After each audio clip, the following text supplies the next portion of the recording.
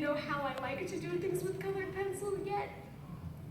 Style is a really annoying thing to pinpoint whenever you're drawing, and it usually changes every 3 months. Yeah, it's hard to be consistent, but you know, we try and you fake it, and this is a really disappointing answer, I'm sorry. That's a good point, it changes.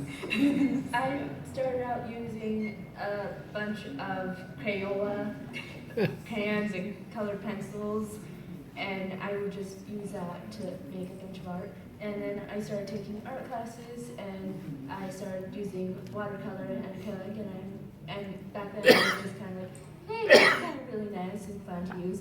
And then I got into the classes with my art teacher that I have now, Miss McKay, and she introduced me to these really cool, fancy artist colored pencils, Prismacolors, and I started using these, and they're really fancy and really good at blending together.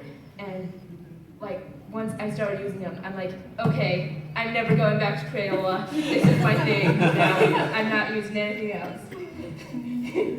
You know, that's really interesting though when you talk about the consistency of style and you think about like a 300-page graphic novel and the artist has managed to keep the same style so that the characters are consistent and the style is consistent through the whole thing. Like, a lot of artists talk about like that's really daunting even for them because they get, you know, 50 pages deep and they're like, oh no, I have to keep doing it this one way, you know, for the next 5 years. So. I feel kind of to add on with that, so I'm pretty sure some of you guys watched a show called Steven Universe.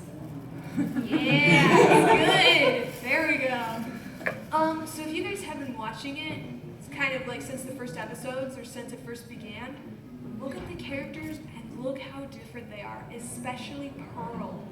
Pearl looks so different now. She looks like some weird bird mom thing. Originally when it first started, she was a very, like literally it was steak and steak and steak and steak for her arms, and now she has so much more depth and volume to her design that she looks really pretty. I like Pearl. Pearl's one of my favorites. But from a costume standpoint, with finding out what really works for you, what's your knack and thing that you're good at, do something you like. Do something that would be interesting. Be like, yeah, I want to be Princess Zelda, and be like, okay, I want to make a dress. I can buy that at DI.